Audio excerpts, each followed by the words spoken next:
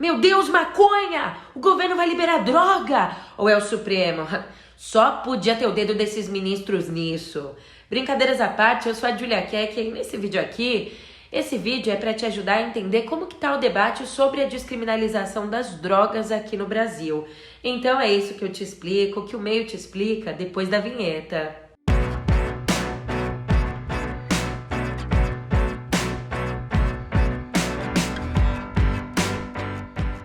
Até pareceu que eu tô brincando, né? Mas esse assunto ele é bem sério. Você já deve ter visto que o debate sobre a descriminalização das drogas voltou à tona e que agora essa decisão tá aí na mão do Supremo Tribunal Federal. Só que você sabe o que está sendo julgado direitinho? O Supremo Tribunal Federal começou a julgar na tarde desta quarta-feira a legalização do porte de drogas para uso próprio. A questão será julgada por meio de um recurso de um condenado a 2 meses de prestação de serviços à comunidade por porte de maconha. A droga foi encontrada na cela do detento. O recurso é relatado pelo ministro Gilmar Mendes. Durante o julgamento, entidades de defesa e contra a discriminação devem se manifestar. Após as sustentações orais, a sessão pode ser adiada se um dos ministros pedir mais tempo para analisar o processo. Pera lá, deixa eu explicar. Os ministros, eles discutem, na verdade, a descriminalização do porte de drogas para consumo pessoal e fazem isso julgando a constitucionalidade, a validade do artigo 28 da chamada Lei de Drogas. O artigo que enquadra como crime a ação de comprar, guardar, transportar drogas, mesmo que para consumo pessoal. Que cá entre nós é um absurdo, né? Já que mesmo quem usa maconha com fins medicinais acaba violando essa lei. Então, ela não regula coisa nenhuma. Uma lei que nasceu para ser violada não regula nada. Bem, de início estava previsto que esse julgamento fosse retomado no finzinho do mês passado, dia 24 de maio. Mas os ministros estavam debatendo uma ação contra o Collor. E aí que o debate sobre a descriminalização acabou adiado para o dia 1º de junho. Quando? Adivinha só? Foi adiado mais uma vez. E agora está marcado para o dia 21 de junho. Vamos ver, né? Mas você percebeu que eu falei em retomada do julgamento? É que ele já começou, mas foi suspenso há 7, 8 anos. E essa discussão acontece no STF tendo como base um caso real. O caso de um detento condenado por ter sido flagrado dentro da prisão com, pasme, assustadoras 3 gramas de maconha. Diante disso, a Defensoria Pública de São Paulo moveu uma ação que é essa que o STF se debruça agora. Ação que questiona a decisão que manteve o homem preso por conta dessas 3 gramas. Questiona dizendo que a criminalização aí do porte individual fere o direito à liberdade, à privacidade e à autolesão. E no fim das contas, o que o Supremo decidir aqui nesse caso vai servir de base para que as outras instâncias julguem casos parecidos com esse na Justiça. Até agora o que a gente tem?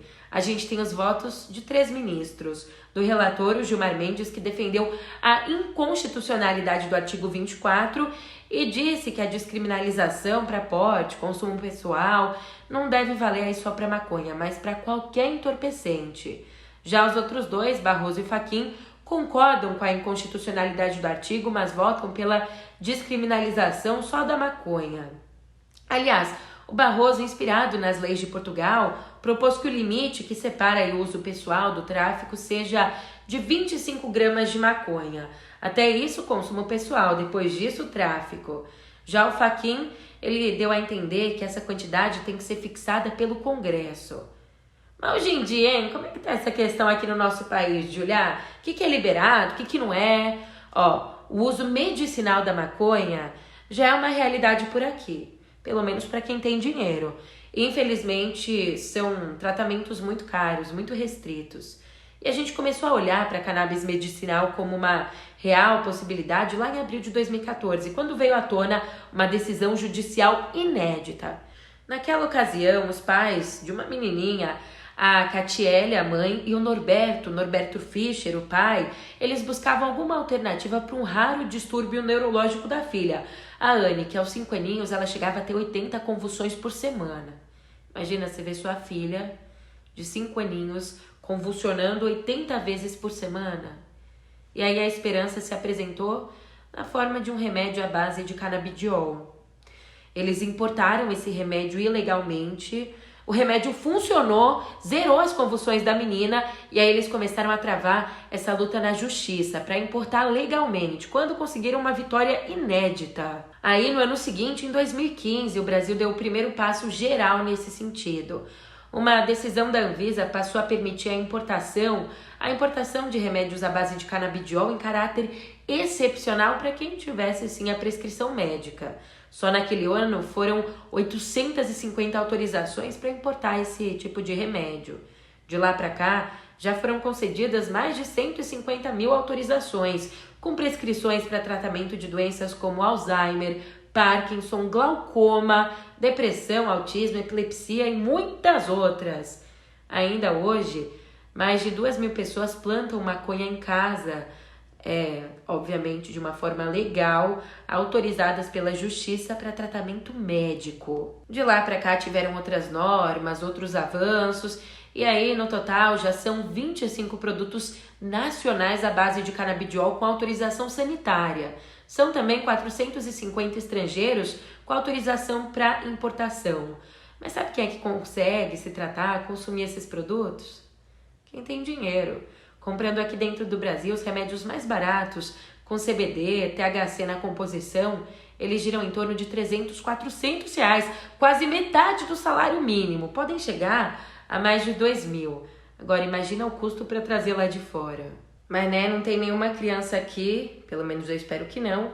Sinceramente, o uso medicinal não é o único uso. Aliás, é a pontinha da pontinha do iceberg. Trocadilho. Mas olhando aqui para o uso recreativo da droga em si, quem usa em casa, para relaxar, não vamos ser hipócrita, né? Mesmo que o porte de droga seja considerado aí crime, ele não leva à prisão. Os processos, eles correm um juizado especial e as punições geralmente, são advertências, prestação de serviços à comunidade, medidas educativas. Além disso, a condenação ela não consta nos antecedentes criminais da pessoa. Mas o crime de tráfico, esse sim leva à prisão.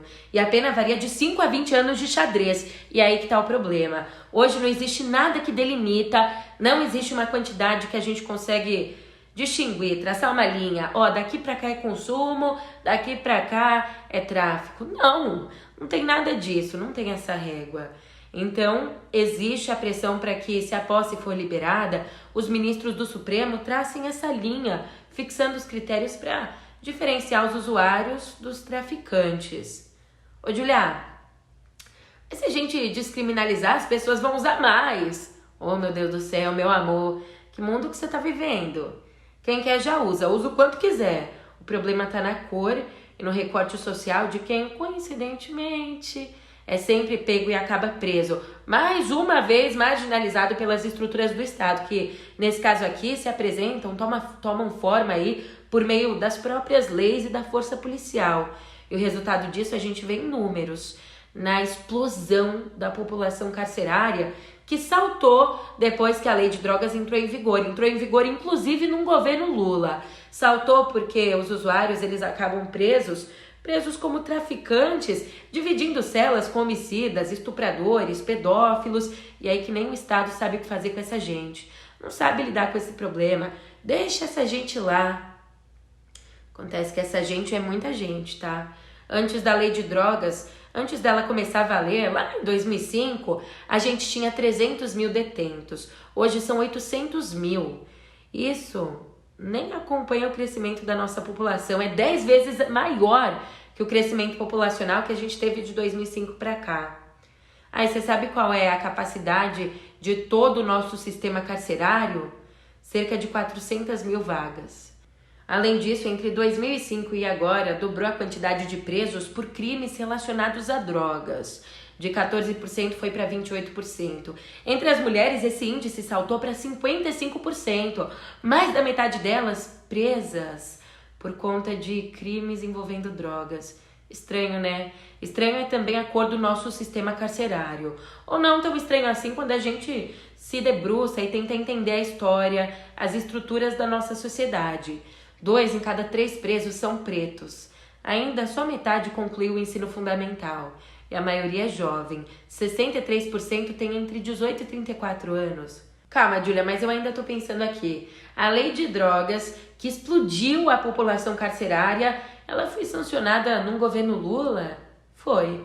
Foi sancionada em agosto de 2006 pelo presidente. 3 meses depois de uma onda de violência em São Paulo, atribuída ao PCC. Não sei se você está lembrado, mas nessa onda de violência, em 10 dias, 59 policiais foram mortos, 505 civis também. O governo precisava reagir. E reagiu, sancionou a lei. Na teoria, no papel, ela acabou com a pena de prisão para o usuário e aumentou a punição para traficantes. Tinha como objetivo separar quem é o usuário e quem é o traficante, diminuindo assim o encarceramento. Mas, na realidade, ela provocou exatamente o oposto. Não traçou uma diferença clara entre traficante e usuário e acabou facilitando as condenações por tráfico. O tráfico que, por sua vez, passou a ser caracterizado mais pelas circunstâncias da prisão do que pela quantidade de droga encontrada. Por exemplo, em relação às circunstâncias, a lei cita 18 verbos que definem o crime, como quem está importando, remetendo, preparando, produzindo a droga, vendendo, oferecendo, ministrando, entre outros, o que não esclarece nada. E aí que a falta de critérios mais claros fez com que a principal prova usada pela justiça para condenar como tráfico seja o testemunho dos policiais envolvidos na detenção. Só o testemunho deles. Ou seja, quem define se uma pessoa é traficante ou usuário é o policial. Isso é um poder gigante. Se você tiver ali uma paranga no bolso e também R$20, for preto e estiver andando numa quebrada, adivinha se tu vai ser enquadrado como usuário ou traficante? Dá um palpite. Agora, se você for branquinho, estiver circulando pelo Itaim, em plena luz do dia, fumando baseadinho, você acha que sequer a polícia vai te dar um enquadro? Ah, Julia, mas a gente está falando de lei e o Congresso nisso? Então, o Legislativo existe exatamente para fazer as leis e corrigir as que não estão dando certo. Mas que parlamentar quer se queimar com sua base eleitoral votando algo tão polêmico assim? Eles estão ocupados em outras votações mais interessantes, você me entende? E agora ainda mais, né? Se a gente for depender das bancadas eleitas na Câmara e no Senado, casas de maioria conservadora, é improvável uma mudança nesse sentido. E nessas, o Congresso vem sendo omisso, vem fingindo que não vê, mas é urgente. A superpopulação carcerária, gente que não cabe mais nos presídios, alguém tem que fazer alguma coisa.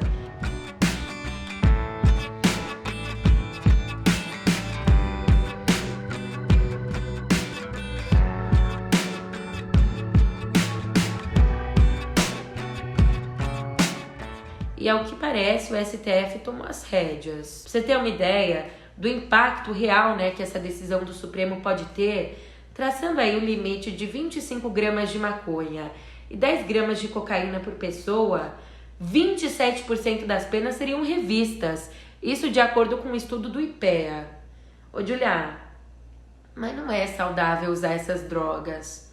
Ok, essa discussão é super válida. Se você quiser, eu faço inclusive um vídeo só explicando as consequências para o corpo do uso de cada tipo de droga. Mas, se você concorda comigo que é importante discutir isso, e é importante mesmo, concorda também que, falando em se é saudável ou não, falando em corpo, a gente está aqui conversando sobre saúde. Portanto, é assim que a gente precisa enfrentar esse tema, com uma conversa clara sobre saúde pública. Afinal, vamos falar sério, os entorpecentes, eles são pura e simplesmente isso, substâncias que mexem com o nosso organismo. Por isso, conversemos então abertamente da maneira adequada, Até porque, evitando essa conversa, a gente empurrou o domínio das substâncias para a mão do tráfico, tornando esse, que na origem é um problema de saúde pública, tornando esse um problema de segurança pública. E não dá para fingir que tá dando certo. Há quanto tempo o Estado tem aí travado a chamada guerra contra as drogas? Há quanto tempo ele perde essa guerra?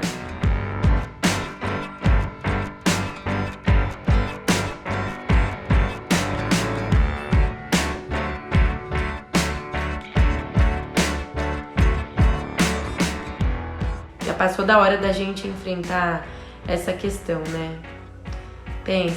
Pensa direitinho. Pensa até eu voltar no próximo vídeo. A gente se vê. Até mais.